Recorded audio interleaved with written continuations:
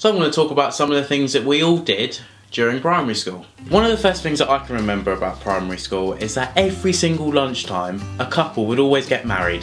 And I never really understood it. It'd literally be the gossip of the day. Oh, have you heard? Julie got married to Bob today. And literally everyone would just stop what they were doing, run out to the playground to see Julie and Bob just holding hands for 5 minutes. Then that would be it. You wouldn't hear about it again because the next day another 2 people got married. Yet no one ever married me. Right, this next one you did if you wanted to impress the ladies. All you had to do was wear shoes with the lights on. Or literally, everyone would go crazy over them. They'd literally be the sickest thing in the world. Carrying on with things that made you a badass in primary school, you knew you were a top don if you could draw your S's like this. I remember when I first figured out how to draw that S, and I would draw it over every single one of my books. And to be honest, pretty much everyone did. And as you get older, you begin to see who's going to be into art, you know, who's the good kind of artist, drawer kind of thing. And people would start progressing up, start drawing some really sick things. Not me. I just carried on drawing my S's because I thought I was sick. But to be honest, I really wasn't. Right, this is where it gets serious. There would be something called the naughty list. And it was basically a board where if you did something naughty, your name would go on it. And mate, once you did something naughty, your name would go on there. You'd then get a tick. But after 3 ticks, shit was going down.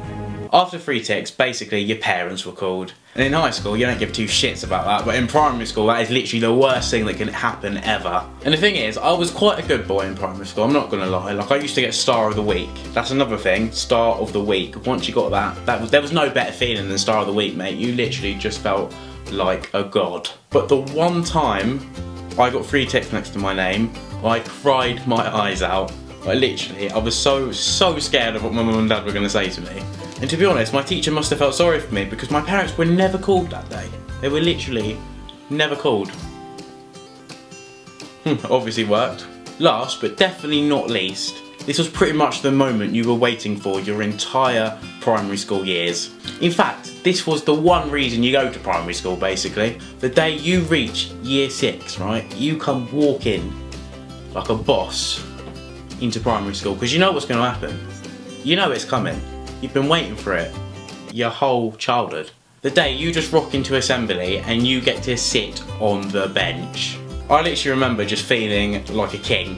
I just walked in and I looked over all the younger years as if they were my peasants basically, and I was the king. I was. Everyone was the king when you got to sit on the bench. But then shortly after that, you finish and you start secondary school and it all gets a bit scary and then school just gets a bit of shit after that.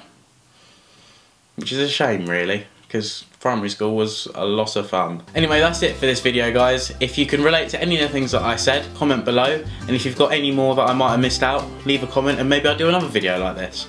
Be sure to follow me on Twitter, @Ryon Nethercott, and Instagram, @Ryon Nethercott. Just because why not really. And I'll see you next week. Bye. Yeah. See how I'm the rude one in this situation. He then just had another random mood swing and then goes, "I shut your mouth, bruv. Give me your phone before I shank you up." And with that, I kind of looked down and realised that he was